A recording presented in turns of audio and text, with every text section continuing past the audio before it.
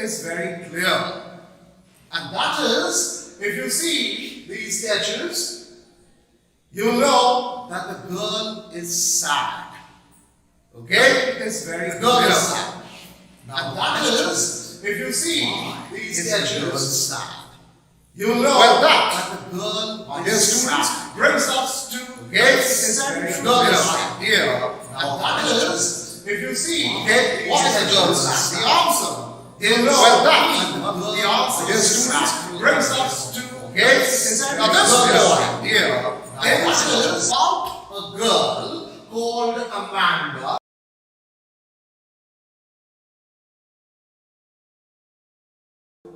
And she is very sad. And why is she sad? It is because her parents, in particular her mother, keeps telling her, and why she's sad? What to do? It is because she keeps nagging her. In particular, her mother keeps telling her, and why she's sad? What to do? It is because now this really troubles Amanda, just as it troubles all children of her age. When parents are very strict and they keep finding faults with their children, then a time comes when the children become so annoyed that they use their imagination in order to find an escape route. Now, please understand that this is not a criticism.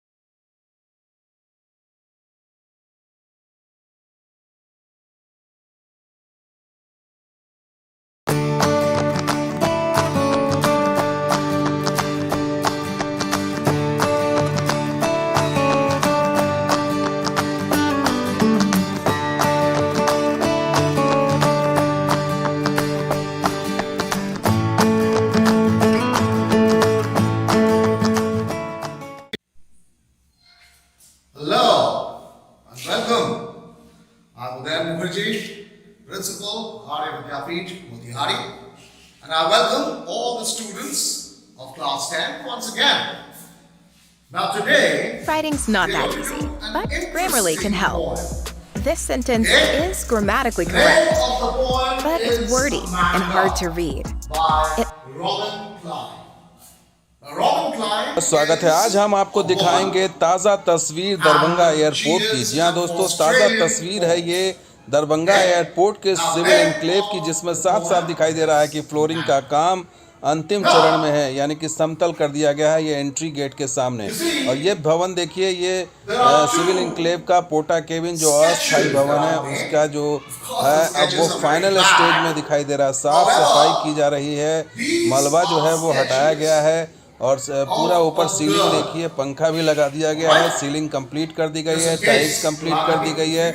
और ये पंखे देखिए, यहाँ पर करीबन 4 पंखे का काम भी कंप्लीट है, यानी कि यहाँ पर जो काउंटर हैं वो बना दिए गए हैं। अब आप बैगेज रिसीव करेंगे जब आप आगमन, तमाम चीज़ें की जा रही है। यहाँ पर आप बैगेज रिसीव कर, यहाँ देखिए ये रहेगा, ये चेक इन काउंटर कह सकते हैं। है जो कंप्लीट दिखाई दे रहा है। हालांकि इसमें अभी भी 2 लेयर बताया जा रहा है कि बाकी है, लेकिन मुक्त हैं इसलिए उसका भी असर नहीं। और ये तस्वीर अब यहाँ से उड़ान बहुत जल्द हो जाएगी। हालांकि दरभंगा टू अदर एयरपोर्ट यानी कि एआई और गवर्नमेंट ऑफ बिहार ने हाथ मिलाया है कि 92 करोड़ की जो है बजट से इस 00 यानी कि फोर्स इसका 9,000 है और इसमें ये तस्वीर साझा की है, यानी कि ये अब देखते रहिए दरभंगा रॉक्स। शुक्रिया, धन्यवाद, जय हिंद। तस्वीर दिखाई दे रही है कि अगर इस तस्वीर यानी कि ये आने वाले भविष्य में इस तरह की तस्वीर नजर आएगी कि दरभंगा एयरपोर्ट का जो सपना है वो साकार about what to do and what not to do. She keeps nagging her. She keeps finding faults with her every moment of the day. Now this really troubles a man, just as it troubles all children of her age. When parents are very strict and they keep finding faults with their children, then a time comes when the children become so annoyed that they use their imagination in order to find that escape route. Now, please understand that this is not a criticism of the parents. This is not a criticism of the parents. Okay? Parents are there to tell us what is right or wrong. Parents are there to tell us how to behave and how not to behave. Yes. However, they're doing the right thing in the wrong manner. They're doing the right thing, but not in the right manner. They're doing the right thing the wrong way, when they should be doing the right thing the right way. And what is the right way? The right way would be to tell their children what is right or wrong, how to behave and how not to behave, what are the things to do and what are the things not to do, in a more considerate, sympathetic, patient, and more friendly manner. If you keep shouting at children constantly, then a time comes when the children will get detached from you. Okay? They will move away from you. This is the message of the poem. The poem says that parents should be more considerate, they should be more patient in dealing with children. They have to tell you, yes, if my parents did not tell me how to behave, then I wouldn't be here, right? If my parents did not tell me what to do and the kind of behavior that I should exhibit, then I wouldn't have been here, standing right here in front of you. Yes, so the parents are doing the right thing. However, the question is, are they doing the right thing in the right manner? That is the question. Okay? So, this particular poem tells you how Amanda is sad because her parents keep nagging her. Her mother keeps nagging her. Now, how would you know that it is her mother? Yes, that's an interesting question. How would you know it's not the father and the mother? The mother, because it is usually the mothers who keep nagging, right? Who keeps telling you, like, look, this is the thing to do this, and don't do this, and do that, and don't do that. Okay? It is always the mother, because the mother is there in the house all throughout the day. Right? The fathers are usually busy, but the mothers are there to look after the children and to tell them, to teach them the correct ways, the correct codes of conduct.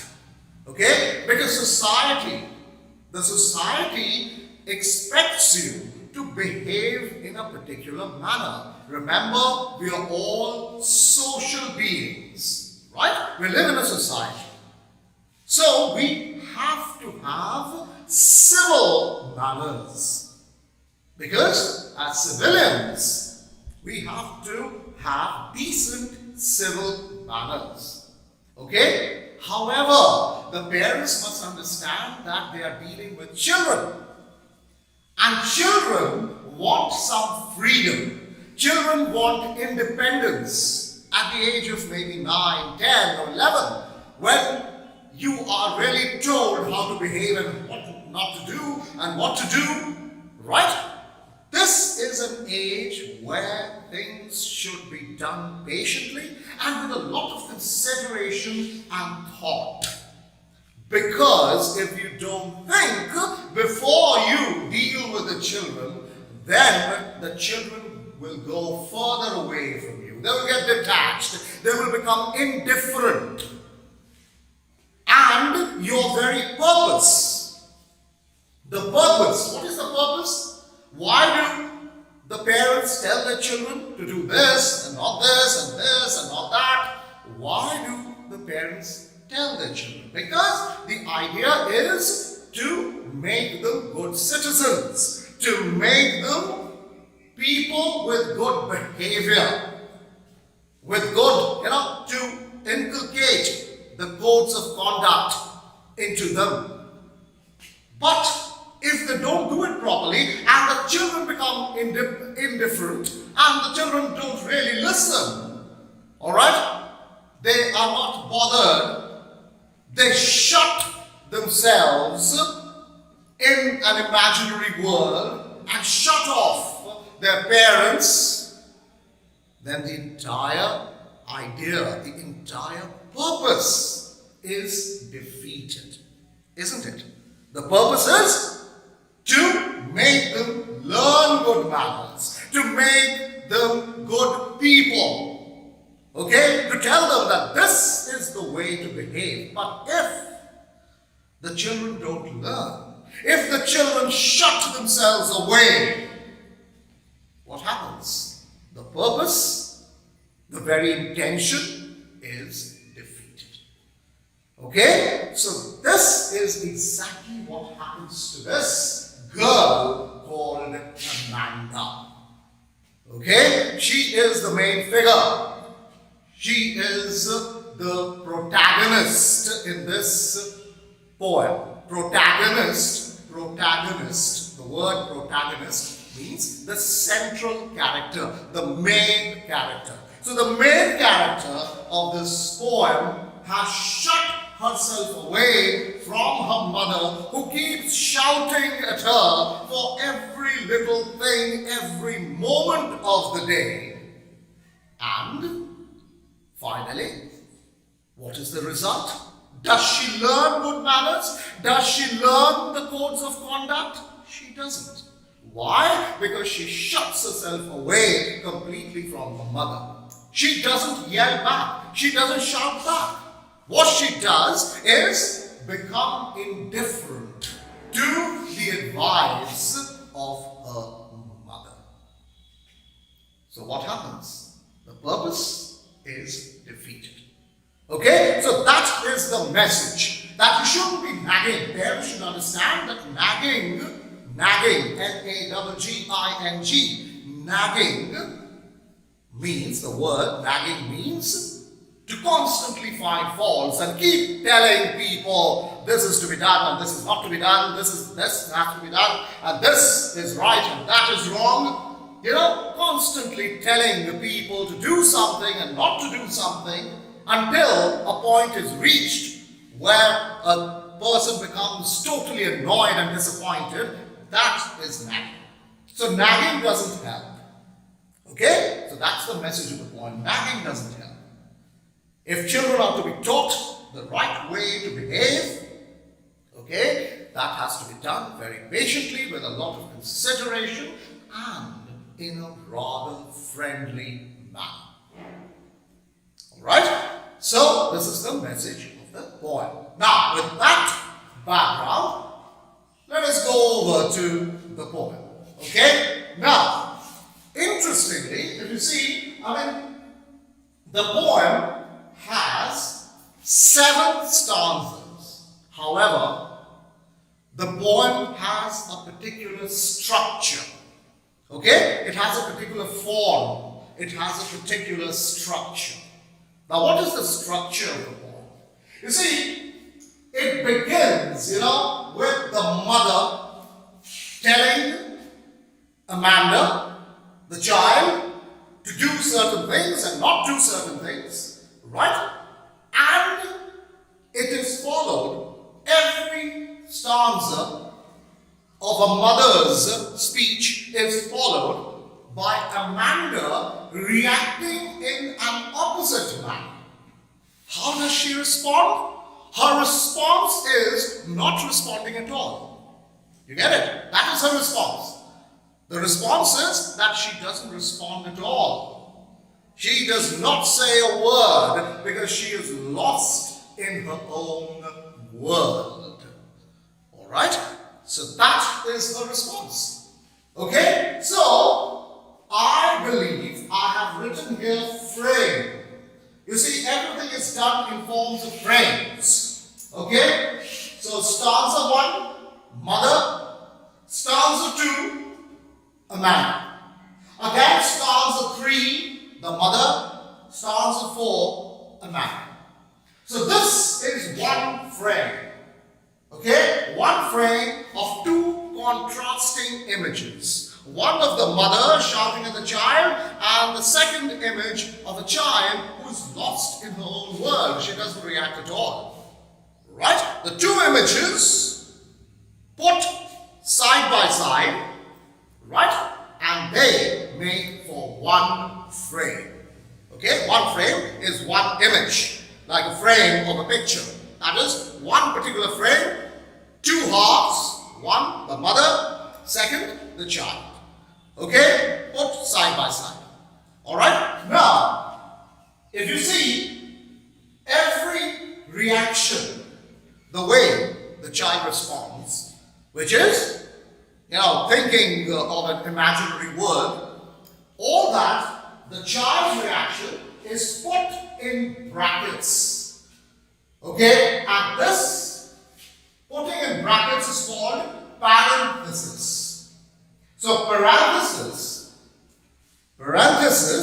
is a way where a comment is made or an afterthought is given, right, by the poet, which is a reaction to what has been said earlier. If something has been said, okay, it has been said, something has been said. Now, what is said in reaction, or what happens in reaction to what has been said earlier, is the parenthesis. And parenthesis is usually put in brackets or put within brackets. Okay? So this is parenthesis. Okay? So this is the form or the structure of the poem. Alright? Now, the first frame, stanza 1, begins with the mother. The mother saying, "Don't bite your nails, Amanda. Don't hunch your shoulders, Amanda. Stop that slouching and sit straight, Amanda." Okay? So, don't bite your nails. This is what mothers do. Don't bite your nails. Don't do this. Don't do that. Alright? So, don't bite your nails, Amanda. See the exclamation mark? The exclamation mark is that she is nagging. She is shouting at her. She is scolding her. Don't do this. Don't do that. Okay? The exclamation marks tell you that she is actually shouting. The mother is actually shouting. Okay? She is scolding Amanda. Don't bite your nails, Amanda. Don't hunch your shoulders. Hunch. Hunch is to bend forward. Okay? Hunch, like this, bending forward. That is hunching. Okay, so don't hunch your shoulders, Amanda. Stop that slouching and sit up straight. Okay, so don't slouch. Slouch is to bend on one side. This is slouching. When one of your shoulders is pushed up, the other shoulder goes down. This is slouching. Alright? So, don't slouch. And sit up straight. Be straight. Alright? Sit up straight. Amanda. You see? The threatening tone. It is not a friendly tone. It is a threatening tone. And therefore, it is this tone that Amanda does not like, and therefore she is sad.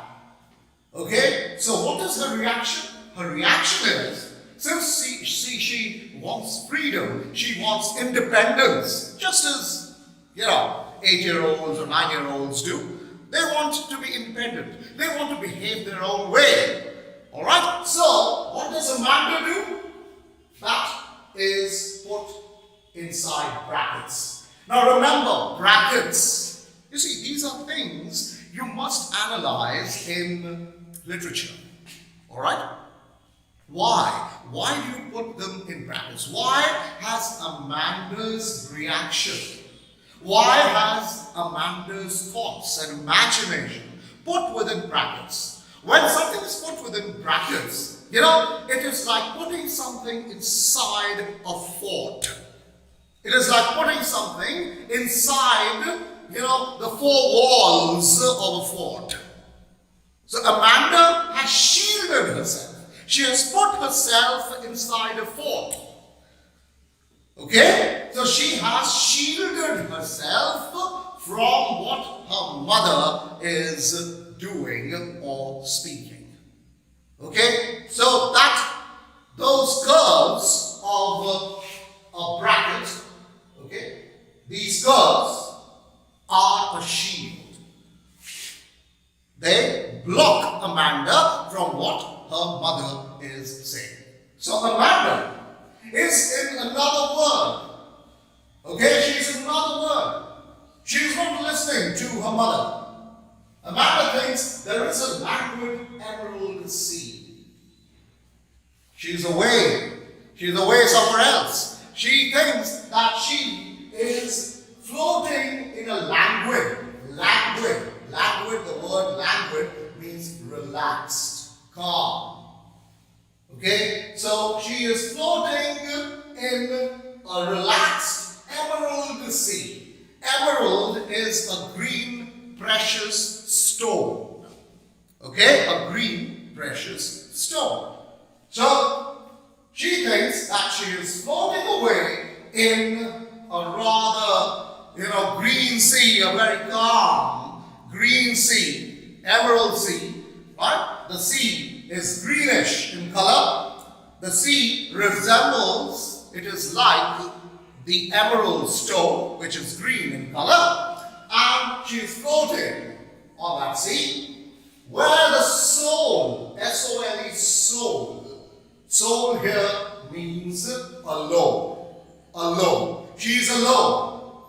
Her soul inhabitant is a person. Okay? Inhabitant, where the sole person is me. So there is nobody with her as she is floating on the green sea. Right? And she imagines herself as a mermaid. Now, mermaid, the word mermaid, means it is a mythological kind of figure, where you must have seen the half part of the body, on the topmost part of the body, the first half of the body, all right, from the waist up, is of a lady, of a woman, and the bottom half is of a fish. Okay, so the top half of a lady and the bottom half of a fish. So that's a mythological figure called a mermaid. Now, why does she think of a mermaid? Why does she compare herself with a mermaid who is drifting blissfully? Drifting is floating, flowing, okay? Blissfully means happily. So why does she think of herself as a mermaid? Because it is considered that mermaids are symbols of wonder and independence, of freedom. And what does Amanda want? she wants to be free. Alright? So, that is the reason she imagines herself to be a mermaid. Alright? So, she imagines herself to be a mermaid. So, she thinks she is floating on the sea, the green sea, and she's a mermaid with no one with her. You see, she doesn't want her mother. Alright? She wants to be alone. She wants to be free and independent. Therefore, she imagines herself to be a mermaid. Alright? So, that is frame 1. Frame 1, 2 stanzas. 1 of a mother shouting at her. 2 of Amanda who is lost in another world. Alright? I'm sure this part is clear. Alright, so let's go over to frame 2, which is stanza 3 and 4. Alright, stanza 3, as I told you earlier, it is again back to her mother, Amanda's mother, who shouts at her, "Did you finish your homework, Amanda?" See, this is so very natural. You know, I have faced it. You people must have faced it when you were younger, or maybe some of you still face it. Alright? So, this is how mothers react. Did you finish your homework, Amanda? Did you tidy your room, Amanda? Alright? So, these children of 8, 9 or 10, they are usually untidy. Right? So, this is how mothers tell them, "Come on, do this. Oh, that is dirty. That's filthy. Do it." Right? So, did you tidy your room? Did you clean your room, Amanda? I thought I told you to clean your shoes, Amanda. See, she's telling Amanda, "Did you clean your shoes? Your shoes are not clean.